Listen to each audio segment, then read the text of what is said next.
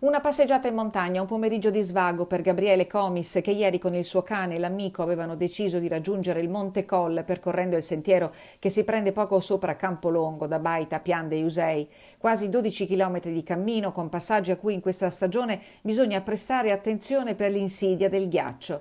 E il ghiaccio ha tradito Gabriele, un passo in fallo, forse una disattenzione, l'ha fatto precipitare in un canalone. Il suo corpo privo di vita è stato recuperato nella tarda serata di ieri in località Bosco Nero. L'amico ha cercato di aiutarlo, ma è ruzzolato pure lui a valle, in mezzo al bosco. Con lui però il destino è stato più clemente. Il ragazzo, pur ferito, è riuscito ad alzarsi e a raggiungere il sentiero per il rientro dove ha incontrato i soccorritori.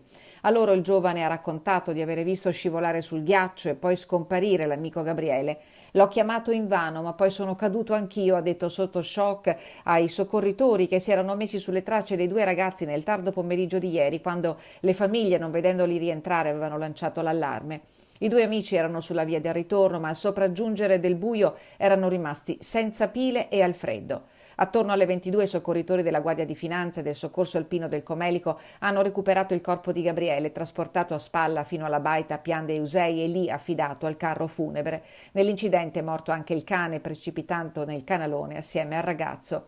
Gabriele avrebbe compiuto 19 anni il prossimo agosto, frequentava l'Istituto Fermi di Pieve di Cadore e oltre alla montagna la sua grande passione era il calcio. Tutta Campolongo si è stretta al dolore della famiglia che vive al 105 di Via Nazionale, la strada che attraversa la frazione di Santo Stefano di Cadore.